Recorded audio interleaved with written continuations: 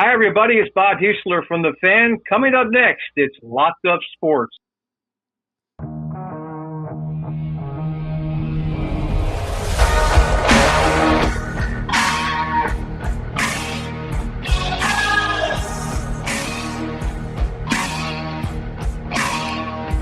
Well, a big night from Mark Vientos, a big night from Francisco Lindor, and Clay Holmes pitches 5 solid innings, and the bullpen comes through and pitches well. Rogers, Helsley, they get it done. The Mets get their second straight win, 7-3 in the Little League Classic over the Seattle Mariners. A good win for the Mets. They keep pace with the Phillies. They still remain 5 games out of the division lead, but they are still ahead of the Cincinnati Reds for the last wildcard spot. And listen, baby steps, right? Baby steps. They won 2 in a row now. They're playing well. Bad news on the front with Alvarez because it doesn't look good with his thumb. He went into second base head first, jammed up the thumb. We'll have to see MRI happening right now. We'll see if what the damage really is. And that could be huge because Alvarez came in and he's swinging a hot bat. He got another 2-run double last night, the first 2 runs of the game. And the Mets, they really can't afford to lose Alvarez. As much as, as I've been against Alvarez this year and he's been sent to the minors, he had a terrible start after coming back from the injury. Lately, he's been good. And the Mets just need people who are good right now. And Vientos is one of them that's good right now. A huge night from Vientos, 4 RBIs, a huge 3-run homer, which kind of put the game out of reach at 7-1. And, I don't know what to think of Vientos.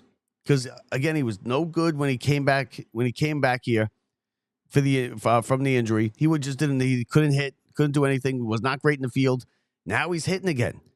Is he just going to be one of these streaky hitters? I don't know what the deal is, but right now he's going to play. And he's going to play the next couple of games because he has to. You can't he's playing right now. He's hitting the ball where you can't keep him out of the lineup. That last night, after sitting on the bench for a week, coming in and hitting and starting and hitting a 3-run homer, and then getting 4 RBIs in a game that the Mets really needed to win. That was an important game yesterday. You don't want to fall back to 6 back. You knew the Phillies had won already. You knew you had to keep pace with them, so there was a little extra pressure on the Mets that last night, and Vientos came up huge. Alvarez did too. But Alvarez sliding into second head first, jams up his thumb, and now we got to wait and see. And I'm telling you, I don't think it's going to be good. I think Alvarez is going to get some bad news. I think he might end up needing surgery, which would obviously end this season. But, you're going to have to just deal with it. They're going to have to figure it out. The Mets have got to figure it out, and that's what they have had to do all season, right? They're just trying to kind of get through one catastrophe after another with the starting staff being all injured, with Alvarez being no good in the beginning of the season, having to get sent down, with Vientos not coming through. They're just trying to overcome one thing after another, and so far they've kind of kept it close. They've had obviously some bad spots in the season. The last couple weeks was a bad spot, but right before that, they won 7 in a row. Right before that, they were bad. So it's been a very roller coaster ride season type for the Mets and the Mets fans. But last night, a good win, 7-3. Clay Holmes pitches 5 innings, 4 strikeouts, 5 hits, 1 run, and 1 walk. And he pitched well. But 5 innings is the max you're going to get. And he almost worked his way through that 4th inning without trouble, right? He got the leadoff walk. Then he had runners on first and second. And he got 2 outs. Had a soft line drive to Lindor, who I don't know. I still don't know how Lindor missed it. I don't know if he misjudged it. It looked like he timed the leap fine, and it just went through him. He just whiffed it. And Lindor's now had some issues playing shortstop here in the last couple of weeks. There's a couple errors. He's had trouble fielding a couple balls. Now, he's going to get over this, just like the hitting. Like I said, Lindor's headed into the Hall of Fame. So he is going to get over any kind of issues that he has. But that could have been a big spot.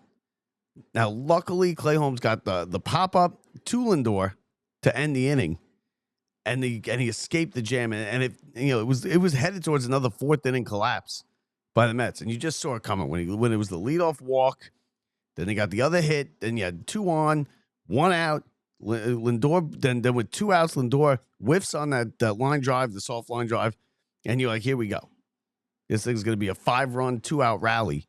But instead, Holmes bared down. He got the pop-up, and Lindor was able to make the play and get out of that fourth inning, which was huge. That was the turning point in this game, because then the Vientos came in, hit the 3-run homer. It was 7-1, and the Mets were off and running. And a good win last night.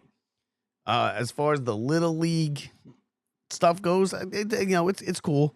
Great for the kids, right? They get to hang out all day with the Mets and the Mariners. They go sliding down the hill. They got them at their game, watching the game. Then the Little Leaguers come and watch the Major League game from the best seats in the house. All along the front, the very first section, in each section was Little League teams. They did the relay first pitch. That was pretty cool. You had the catcher's gear. Cal Raleigh wearing a chest protector with all of his teammates' Little League pictures on it. And Alvarez had some kind of mint green. That's another thing. Listen, don't let Alvarez wear the color of the opposing team, right? I mean, what are we doing here? He's come out now in all 3 games, I believe, in this series, wearing this teal green chest protector and leg guards. It looks like the Mariners catcher.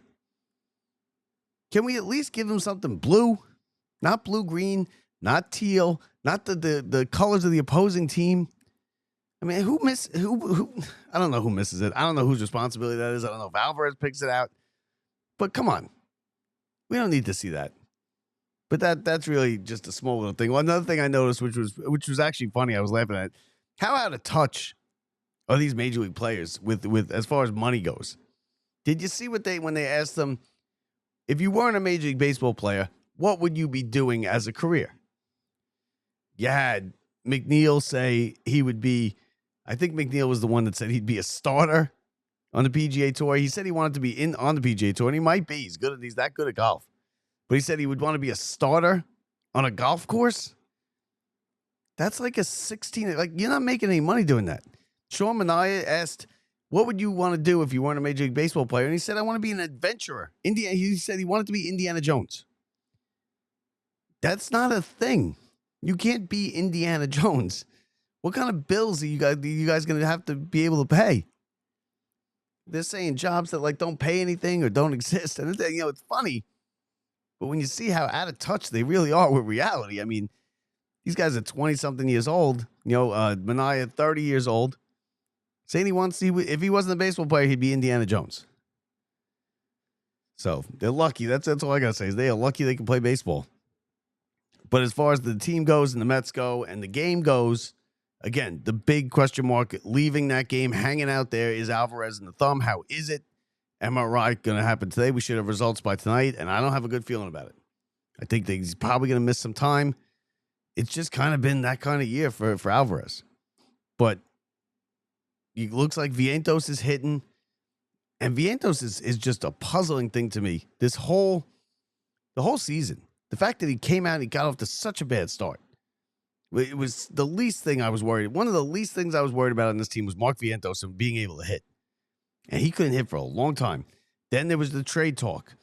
He still couldn't hit. He got a couple decent games. Then he got sat down and he just got put at the end of the bench and nobody remembered. Nobody was talking about him. Nobody even, it's like he was out of sight, out of mind. And then he comes on. He has a good little stretch, again put on the bench, and gets popped in there last night and gets 4 RBIs, a 3-run homer, and just has a big game for the Mets in a really big game for the Mets. It was a big game for him and a big game for the Mets. They needed to win, especially going into the game knowing the Phillies won. You got to keep pace with them, especially when you're here at 5 back, 4 back, 6 back. Now you're talking danger zone. Because you fall 7 back, you're not chasing the Mets, who are the only ones that could blow a lead like that. And you got to keep it 5, between 3 and 5, I think. You don't want to even go over 5. You don't want to get it to 6, which means they got to win tomorrow night. It could be 5.5 after tonight. So now it's every game is a big game. And you don't want to fall too far behind. You don't want to fall out of it. That means you're going to have to get good pitching. It means the bullpen's going to have to step up. And it did last night, right? They put Helsley back in the 8th inning. They let Rogers do the 9th because it was a 4-run game. And even in the 8th and 9th, I mean in the 9th, they had met Rogers had runners on second and third, or first and third, 2 out. A home run there, and all of a sudden, boom, it's 7-6. So they walked a bit of a tightrope, and Reed Garrett again coming in, giving up the home. Reed Garrett, right now, you can't pitch Reed Garrett. He was an inning, 2 hits, 2 runs, 1 strikeout. Gave up the home run to Kyle Raleigh, which I get it. A lot of pitchers have given up home runs to Raleigh. But Reed Garrett has not been good lately. He's blown a couple of games. And to be honest with you, Brooks Raleigh hasn't been either. He was okay last night. He was an inning, a hit, no runs. But those 2 guys right now, for me, are the nervous points when I see them on the mound. But the Mets do get the win. 7-3, important win. Like I said, important win. Important to keep pace, especially, too, because you have right on your ass is the Reds. They're gonna eventually probably pass the Mets. And then you're going to be looking at, okay, we have to go and win this division. Because the Reds are looking fantastic. Over the last 3 weeks, they're one of the hottest teams in baseball. And if you get passed by them, now you're in now you have no safety net. You have just the division. And if you don't win the division, you're not going to the playoffs. It's always nice to have that safety net where, okay, we obviously like to win the division, but if we don't, we're okay with hopping in as a wild card. So then they are very close to losing that. They're only a game ahead of the Reds. And the Reds are playing much better than the Mets. So you got 3 in Washington starting tomorrow. You got 3 in Atlanta after that. Then back to Citi Field for a big, big time series with the Philadelphia Phillies. And one that, like I said, I've been telling you a while, the Phillies are looking to kick dirt on this Mets team. Phillies are looking for revenge from last year, knocking them out in the division series. It's gonna be a bloodbath and a knock them down, drag them out, Mets Phillies classic series next week at Citi Field. I guarantee they're sellouts. I guarantee they'll fill the building, barring some kind of 1-5 road trip. But the Mets are very capable of a 1-5 road trip. As far as like I said, Alvarez will be evaluated. MRI will have the results, I would imagine, tonight. And it's a pins and needles type of situation here. Mets need to get Alvarez on this field. He will probably miss a couple games regardless, maybe miss the whole National Series. That's if the MRI comes out good. If it comes out bad and he needs surgery or something, that's it. You lost Alvarez for the year. And he's right when he's starting to hit, too. Right when he's starting to hit. Peterson goes tomorrow for the Mets. The Nationals have given the Mets trouble in situations like this in the past. See if they could. The Mets got to bear down. You got to beat teams like Washington. You got to beat teams like Atlanta. Can't lose 2 out of 3 to either of these series. You can't. And I think they're going to, I think they're going to play well, but you have no idea. This Mets team is so up and down. You have no idea. They could very easily go into these 6 games, go 1-5, come back 8 games behind the Phillies, and it wouldn't even matter then in that series. You come back 8 games back or something like that, it's over. You're not making up 8 games in a month. So these games against these teams that are the bottom half of the division are crucial. And after the Phillies, it doesn't get easier either because they got the Marlins coming in. And the Marlins right now are an extremely dangerous team. They're not going to go to the playoffs this year. They're not going to win the division. Of course not. But they are extremely dangerous. And if you don't think they are, just ask the Yankees and ask the Red Sox. Because they manhandle them both. The Marlins are going to play spoilers. They're going to be good spoilers for whoever they play down the stretch that's in a pennant race.